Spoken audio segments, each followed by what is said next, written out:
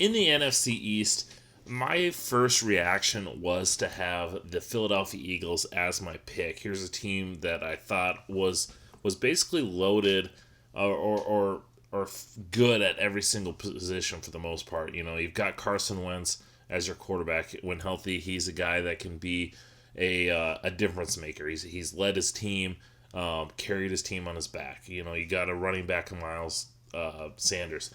They added a receiver in Jalen Reagor in the first round to go with Alshon Jeffrey, to go with Greg Ward, who came on last year.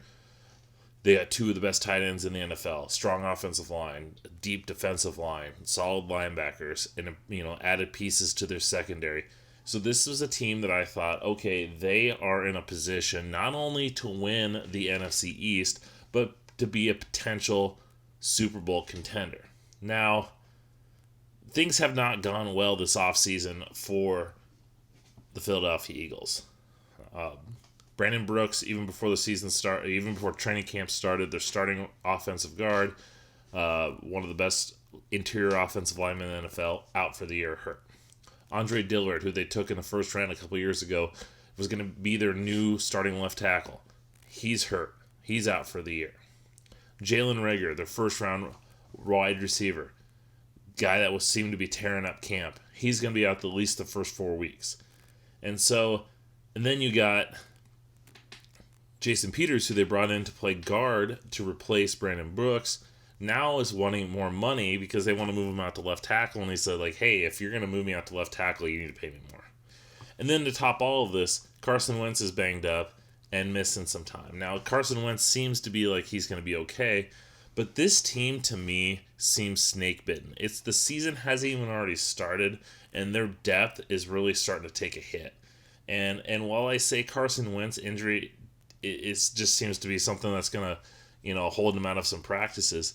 Here's a guy who, when healthy, is one of the elite quarterbacks in the NFL, I believe, but he's had trouble staying healthy. Last year, he got knocked out of the playoff game with a concussion, and the team just stalled out. Now, previous couple of years, he's gotten hurt and missed the playoffs, and luckily they had Nick Foles to take them and help win playoff games and even win a Super Bowl. So the Eagles were going to be my pick, but I think there's so much going on right now that I don't think I feel confident picking them to be the winner of the NFC East, and a big part of that is the emergence and the continued building of the Dallas Cowboys. The Cowboys were a team that really pushed for a playoff spot last year, and they've only gotten better.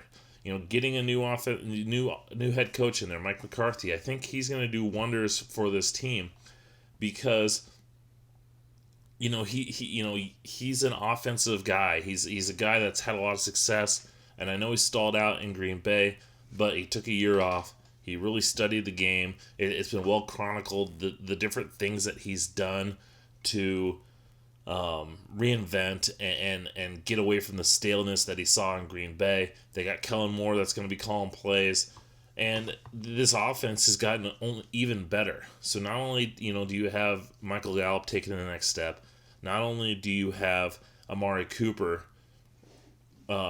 still being a solid receiver, but then you go out and get CeeDee Lamb at the 17th overall pick, who he was my number one receiver in the draft. I thought he was worthy of a top 10 pick. They get him at 17. So now Dak, who's a solid quarterback, but he's a guy that's going to need weapons around him. Now he's got three really good receivers. Blake Jarwin's emerging as a tight end. You've always got Ezekiel Elliott back there. So I think this offense is really setting up well for Dak Prescott, and a guy that's really looking to kind of go out and prove that he deserves a big-time contract. Now the key for the Cowboys is their defense. They're got a new scheme. Rob Marinelli's out. And it's not going to be your Tampa 2, but they still got a lot of talent. You still got DeMarcus Lawrence. You still got Leighton Vander Esch. You still got Jalen Brown or Smith. And they're really their front seven is fast, it's athletic, and so there's a lot to like about the Cowboys. And I thought they were a fringe playoff team to begin with, but with all the injuries to the Eagles, I think it's the Cowboys that are going to be winning the NFC East this year. Now, if we get into the other two teams, whereas the Eagles and the Cowboys are two teams that I think are going to be challenging for the playoffs, the Giants and the Washington football team, I think, are two teams that are going to be competing potentially for that number one overall pick. Now, I have the Giants finishing third, just because I just feel like they are in a position to just be a little bit better than Redskins, but who knows? Joe Judge is their new head coach, and he was a guy that was well sought of. Whenever you heard of openings, he was one of the coaches that you always heard, and he had rave reviews. He's a Belichick guy. He worked with Saban, special teams coach, had coached the receivers last year with the Patriots, and so there was a lot of buzz about him and his leadership abilities. And I've always been a fan and surprised that more special teams coaches haven't gotten shot as a head coach. John Harbaugh's done a tremendous job with the Ravens. And usually you see a copycat league, and I'm surprised we haven't seen someone. And Joe Judge is the next one. Now, he's been a little quirky, and there's been some stuff coming out about training camp and how he's making coaches running that. Whatever. But it should be an interesting year for the Giants. I've never been much of a fan of their organization, especially just because their general managers, whether it's Reese or it's been David Gettleman, I just haven't liked their drafts. I don't feel like they've drafted good players for the most part, and they've reached on guys that I didn't think were worthy of where they picked them. Now, they got Saquon Barkley, but what else does their offense have? Andrew Thomas is going to have to come in and play left tackle. I think he'll be fine there. Got Daniel Jones back for year two. But the offensive line's not great. The receivers, they've got a couple pieces, but it's just complimentary guys. And I think the thing that's really going to hold the Giants back is their offensive coordinator is Jason Garrett. Here's a guy who's been the head coach of Dallas the last, I don't know how many years, 5-6 years. And he was their play caller. And he had other guys calling plays. And he was known as the clapper because he just kind of was out there just kind of riling everybody up and clapping and that. And so what I worry about is you have a head coach who's not an offensive mind. You have an offensive coordinator that hasn't called plays in years. What is their offense going to be? Are they going to, even the Cowboys, their offense wasn't viewed as being this modern, high-octane type of offense that we see out of the NFL these days.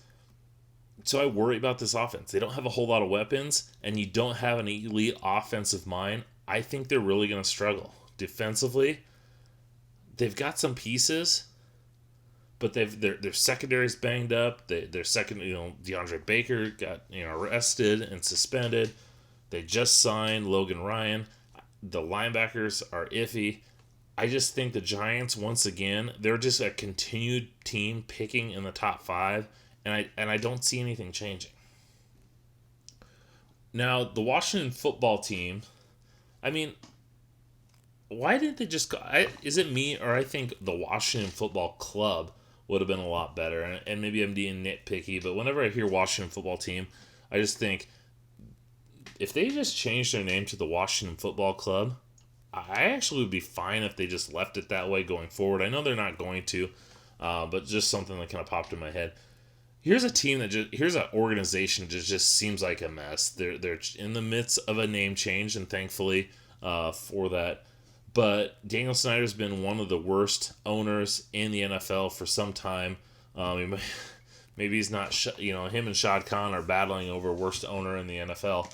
But,